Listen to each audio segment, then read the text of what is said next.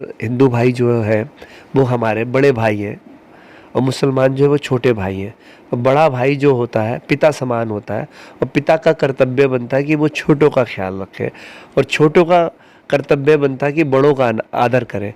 जो भी यहाँ पे शिकायत आती है उस पर तुरंत कार्रवाई करते हैं, नोटिस भेजते हैं और संबंधित अधिकारियों से जवाब मांगते हैं और उसका निवारण भी होता है, हल भी निकलता है। जिनके पास पैसे नहीं है उनके लिए कमीशन जो है फ्री कोचिंग सेंटर भी खोलने जा रहा है, जिसमें 9वीं 10वीं के बच्चों के लिए और 11वीं 12वीं के बच्चों के लिए फ्री कोचिंग सेंटर हम खोलेंगे। इस वापसी कैसे होगी, आपको स्कॉलरशिप कैसे मिलेगी, अगर आप पढ़ना चाहते बच्चों को आगे पढ़ाना चाहते तो किस तरीके से स्कॉलरशिप है, लोन किस तरीके से मिलेगा, उद्योग लगाने के लिए लोन कैसे मिलेगा, इनको घर घर जाके हम बता रहे हैं।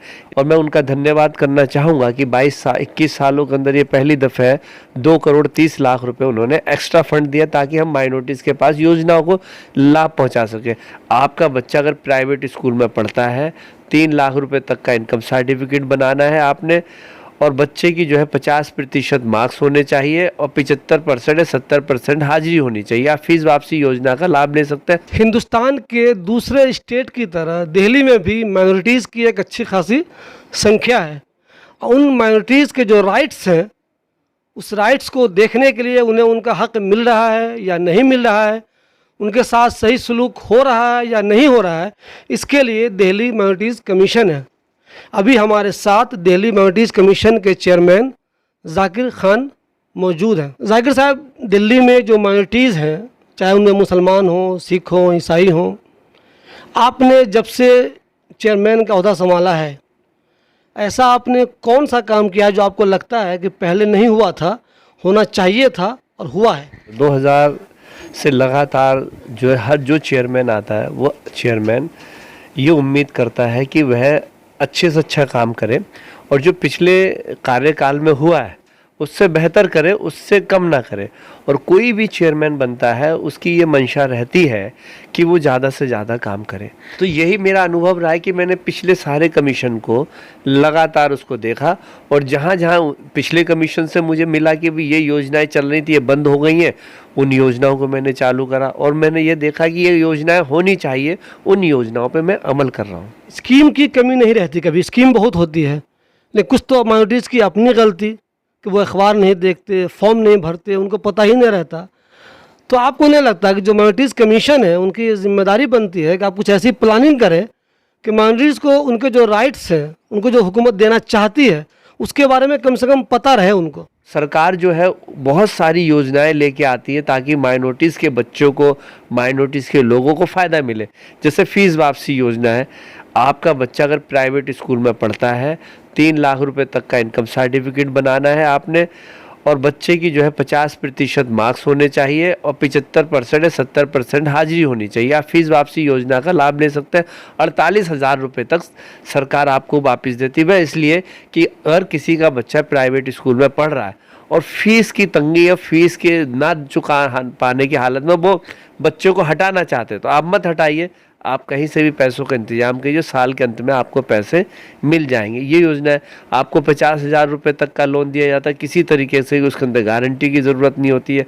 अगर आपको कोई बहुत सारे कहीं पे कोई आपके राइट का हनन है, कोई आपके साथ अन्याय कर रहा है और आपकी सुनवाई नहीं है तो माइनॉरिटी कमीशन में आप आके उसकी कंप्लेन करते हैं तो माइनॉरिटी कमीशन उस कंप्लेन के आधार पर, उस शिकायत के आधार पर उस पर कार्रवाई करती है और संबंधित अधिकारियों को उस पर देखने के लिए निर्देश देती है कि आप इस पर देखिए ये जो शिकायत आई है और उसका निवारण कीजिए। जाकिर साहब, मैं ये कह रहा था कि स्कीम है आपकी, जैसे स्कॉलरशिप वाली है, फीस वापसी वाली स्कीम है, लोगों को पता रहेगा अरे आपके लिए ये स्कीम है, इसके लिए आप कुछ जैसे कैनोपी लगाना, कुछ लगाना, स्कूलों में नोटिस लगवाना, मस्जिदों से ऐलान करवाना या गुरुद्वारे से ऐलान करवाना, ऐसी कोई प्लानिंग आपके पास है या करते हैं कुछ? देखिए, हमारा मुख्य उद्देश्य है कि जो सरकार द्वारा योजनाएं चला जा रही हैं, माननीय मुख्यमंत्री श्री अरविंद केजरीवाल द्वारा बहुत सारी ऐसी योजनाएं हैं जो जनता के लाभ के लिए, माइनॉरिटीज़ के लिए, उन योजनाओं का लाभ जनता से तक ज़्यादा से ज़्यादा कैसे पहुँचे।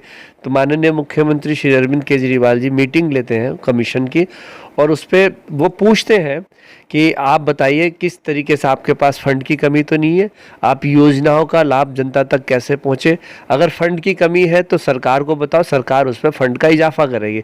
तो पिछले हमारे जो अभी बजट सेशन था उससे पहले हमारी माननीय मुख्यमंत्री जी का साथ में मीटिंग हुई और मैं उनका धन्यवाद करना चाहूँगा कि 21 सालों के अंदर ये पहली दफ़ा है 2,30,00,000 रुपए उन्होंने एक्स्ट्रा फंड दिया ताकि हम माइनॉरिटीज़ के पास योजनाओं को लाभ पहुंचा सके। हम एनजीओज़ के माध्यम से घर घर जाकर कंपेन कर रहे हैं कि अगर आपको फ़ीस वापसी कैसे होगी, आपको स्कॉलरशिप कैसे मिलेगी, अगर आप पढ़ना चाहते, बच्चों को आगे पढ़ाना चाहते तो किस तरीके से स्कॉलरशिप है, लोन किस तरीके से मिलेगा, उद्योग लगाने के लिए लोन कैसे मिलेगा, इनको घर घर जाके हम बता रहे हैं। इसके अलावा हम एक कैनोपी, हमने हेल्प डेस्क खोला है जहाँ पे हमारे दफ्तर के अंदर, कमीशन के अंदर 5 वॉलंटियर बैठे हुए हैं जो आपकी मदद के लिए किसी तरीके से भी कोई समस्या हो, फॉर्म भरवाने हो तो कमीशन में भी आ सकते हैं। अब इसके अलावा कमीशन में लोग नहीं आ सकते तो हमने अब दूसरा स्टेप लिया है कि अब हम एनजीओज़ के माध्यम से कैनोपी बनवाई हमने, और जिसके अंदर हमने लिखा है अल्पसंख्यक सहायता केंद्र। तो अल्पसंख्यकों की सहायता के लिए केंद्र बनाया, वहाँ पे 2 वॉलंटियर हमारे बैठे होंगे। अगर आपको किसी रूप की भी जानकारी चाहिए वो हमारे पैम्फलेट भी होंगे, वहाँ पे सारी योजनाओं के बारे में विस्तार से जानकारी भी होगी, वो आपको बताएंगे। अगर आपको लगता है कि आपको इनकम सर्टिफिकेट बनवाना है तो वो आपको विस्तार से बताएंगे कैसे बनाना है। अगर आपने इनकम सर्टिफिकेट बनवाने के लिए अर्जी दे दी है तो उस पर अगर आपकी देरी हो रही नहीं तो आप वहाँ पे शिकायत दर्ज कराएं, हम संबंधित अधिकारी से बात करेंगे तो हम तुरंत से तुरंत उसको बनवाने की कोशिश करेंगे। और किसी तरीके से भी कोई भी घटना ऐसी घटती है जिसकी आप शिकायत देते हैं और उसकी कार्रवाई नहीं होती तो हमारी जहाँ पे सहायता केंद्र खुले हो वहाँ पे जाके आप शिकायत दर्ज करा सकते हैं। हमने कम से कम 30 कैनोपी बनाई है, 30 विधानसभाओं में हमारा रोज़ के रोज़ ये कार्यक्रम चलेंगे।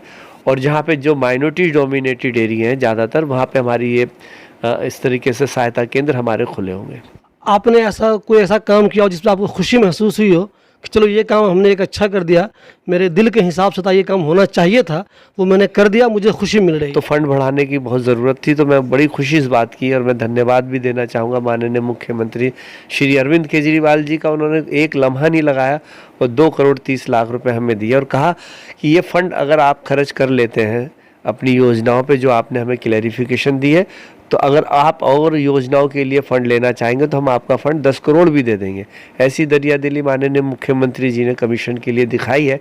तो मैं सोचता हूँ ये माइनॉरिटी के हित के लिए बात है कि हम अब स्किल डेवलपमेंट सेंटर हम अपने अगले खोलने जा रहे हैं, कढ़ाई के, बुनाई के, ब्यूटिशियन के, 9वीं 10वीं में फ्री कोचिंग सेंटर, 11वीं 12वीं के लिए free coaching centre, laptop repairing, computer repairing, mobile repairing, जो हमें फ़ंड मिला है उससे हम स्किल डेवलपमेंट सेंटर खोलने जा रहे हैं जिसमें फ्री कोचिंग सेंटर है, बच्चियों के लिए ब्यूटिशियन पार्लर के कोर्सेज हैं, सिलाई के, कढ़ाई के, बुनाई के, इस तरीके के फ्री कोचिंग सेंटर खोलेंगे। और जो बच्चे पढ़ना चाहते हैं ट्यूशन के लिए, जिनके पास पैसे नहीं हैं उनके लिए कमीशन जो है फ्री कोचिंग सेंटर भी खोलने जा रहा है जिसमें 9वीं 10वीं के बच्चों के लिए और 11वीं 12वीं के बच्चों के लिए फ्री कोचिंग सेंटर हम खोलेंगे। हमने एनजीओ से बात की है और उनको हम आमंत्रित करेंगे कि एनजीओ हमारे साथ में मिलकर इस तरीके से कार्यक्रम में आगे बढ़कर हिस्सा लें ताकि हम उनके माध्यम से ये सारी योजनाओं को जनता तक पहुँचा सकें। आमतौर पर दिल्ली में दंगे नहीं होते थे, लेकिन अफसोस की बात है 1-2 दंगे यहाँ हो गए। तो क्या माइनॉरिटीज़ कमीशन ऐसी कोई कोशिश करती है कि हिंदू मुस्लिम के दरमियान एकता बनी रहे, इसके लिए कोई प्लानिंग, कोई काम आपका ऐसा कुछ करते हैं आप लोग? देखिए, इस तरीके से जो घटनाएं घटती हैं बड़ी शर्मसार करने वाली होती हैं, शर्मनाक होती हैं, क्योंकि ये देश हम सबका अपना देश है। यहाँ सभी धर्मों के लोग मिलजुल कर रहते हैं, हिंदू मुस्लिम सिख ईसाई सभी लोग यहाँ मिलजुल कर रहते हैं। और ये कहीं देश के अंदर हिंदू भाई जो है वो हमारे बड़े भाई हैं और मुसलमान जो है वो छोटे भाई हैं। और बड़ा भाई जो होता है पिता समान होता है और पिता का कर्तव्य बनता है कि वो छोटों का ख्याल रखे और छोटों का कर्तव्य बनता है कि बड़ों का आदर करें। और जब इस तरीके की व्यवस्था जिस समाज में भी होती है कि बड़ा छोटे का आदर करे, छोटा बड़ों का आदर करे, वो समाज हमारा फलता है, फूलता है और तरक्की करता है। तो कुछ लोग जो होते हैं बड़े और छोटों के अंदर झगड़ा कराने की कोशिश करते हैं, नहीं चाहते कि वो कुनबा बना रहे प्यार मोहब्बत से, मेल मोहब्बत से। तो कुछ लोग शरारती तत्व आकर उन दोनों में माहौल बिगाड़ने की कोशिश करते हैं और दिल्ली पुलिस भी उसमें बिल्कुल तत्परता के साथ काम करती है और जो दोषी हैं उनको सख्त से सख्त सज़ा दिलाने की कोशिश करती है और सज़ा भी दिलाती है। मगर मैं ये कहता हूँ कि कहीं पे नाइंसाफ़ी ना हो। नाइंसाफ़ी का मतलब है बेगुनाह लोग ना फंसें। कई बार तो ऐसा होता है कि गुनहगार बच जाते हैं और बेगुनाह लोग फंस जाते हैं। जाकिर साहब, इसी से मेरा सवाल जुड़ा हुआ है, इन दंगों में क्या ऐसी कोई शिकायत आपके पास आई कि बेगुनाहों को फंसा दिया गया? और अगर ऐसी कोई शिकायत आई तो उनकी आप कुछ मदद कर पाए? देखिए, इस तरीके की कोई शिकायत कमीशन में किसी ने यहाँ दर्ज नहीं कराई है। और जो जब पुलिस की मतलब इंक्वायरी होती है, तफ्तीश करते हैं, तो उसके अंदर दूध का दूध पानी का पानी निकल के आता है। मगर ये ज़रूरी होता है कि किसी तरीके से कोई घटना घटती है, उसमें हर तरीके के लोगों की गिरफ्तारियां होती, मगर पुलिस बाद में उन निर्दोष व्यक्तियों को छोड़ देती है और जो दोषी वार होते हैं उन पे उनको मतलब कार्रवाई करने के लिए भेज देती है। फिर उसके बाद में कोर्ट बचता है। कोर्ट के अंदर इस बात का फैसला हो जाता है कि कौन दोषी है, कौन निर्दोष है। मगर मेरा तो यही कहना है कि दोषी को सज़ा मिलनी चाहिए और निर्दोष लोगों को मतलब परेशानी नहीं होनी चाहिए। ज़्यादा शिकायतें कैसी लेके लोग आते हैं आपके पास? देखिए, यहाँ पे हर तरीके की शिकायतें आती हैं। जैसे मानिए कि कहीं पे कहीं किसी तरीके से किसी के मतलब बहुत छोटी से छोटी, बड़ी से बड़ी समस्या ही आती रहती है। उसको विस्तार में कैसे, मानिए कि किसी ने पिटाई लगा दी बिना बात पे रोड चलते हुए, उसकी कंप्लेन दर्ज नहीं हो रही है और वो दर्ज कराने के लिए थाने जा रहे हैं, मगर वो थाने में पहुंच ही नहीं पाते ढंग से और डर की वजह से वो बाहर से बाहर ही आ जाते हैं। तो हम माननीय SHO साहब से बात करते, DCP साहब से बात करते किस तरीके की हमारे पास शिकायत आई है, तो वो संबंधित अधिकारी उनको बुलाते हैं और उसके बाद में तुरंत वो कार्रवाई करते हैं। मैं धन्यवाद देना चाहूँगा कि मैं दिल्ली पुलिस का भी, कि जितनी भी कंप्लेन हमारी आई हैं और हमने उनसे संपर्क साधा है, उन्होंने तुरंत कार्रवाई की है और उनको जो दोषी है उनको सज़ा भी दी है।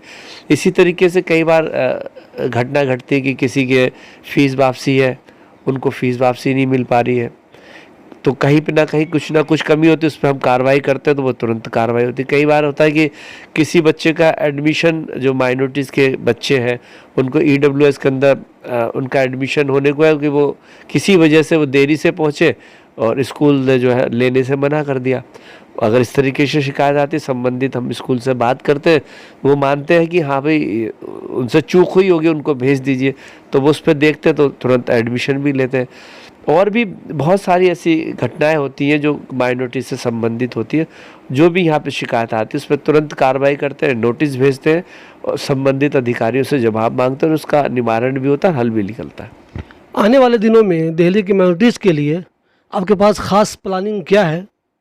देखिए, प्लानिंग तो ये है कि जो सबसे बड़ी ये है कि जो दिल्ली सरकार की माननीय मुख्यमंत्री श्री अरविंद केजरीवाल द्वारा जो योजनाएं जा रही है उसका लाभ जनता तक कैसे पहुँचे।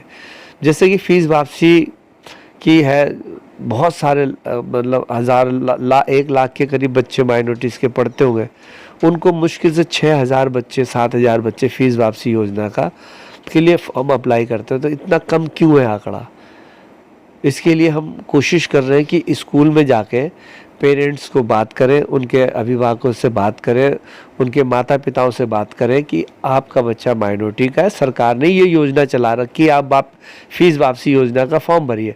हम माइनॉरिटीज़ के जो स्कूल हैं जहाँ पे तादाद है कि माइनॉरिटीज़ के बच्चे ज़्यादा तादाद में पढ़ रहे हैं, हम उन स्कूलों से बात करें कि आप इस तरीके से पेरेंट्स के साथ मीटिंग कीजिए और बताइए कि ये फ़ीस वापसी योजना है। फिर हम गरीब कॉलोनी, झुग्गी झोपड़ी में और रीसेटलमेंट कॉलोनी है जहाँ गरीब लोग रहते हैं, रेहड़ी पटरी वाले हैं और छोटे छोटे जो बिजनेस कर रहे हैं, उनके पास इतने पैसे भी नहीं है कि वो अपना कारोबार कर सकें, तो 50,000 रुपये तक का लोन दिलाने की योजना हम अब जनता तक ले जाएंगे। और कोशिश है, हमारा टारगेट है कि कम से कम हम 5-6 हज़ार लोन 50,000 रुपये तक का जनता को दिलाएं। जाकिर साहब, हमसे बात करने के लिए बहुत बहुत शुक्रिया। ये थे हमारे साथ दिल्ली माइनॉरिटी कमीशन के चेयरमैन जाकिर खान साहब। उन्होंने अब तक जो कुछ काम किया है वो बता रहे थे, आने वाले दिनों में उनकी प्लानिंग क्या है वो बता रहे थे। अब ये वक्त ही बताएगा कि जाकिर साहब आने वाले दिनों में दिल्ली की माइनॉरिटीज़ के लिए क्या कुछ ख़ास करते हैं।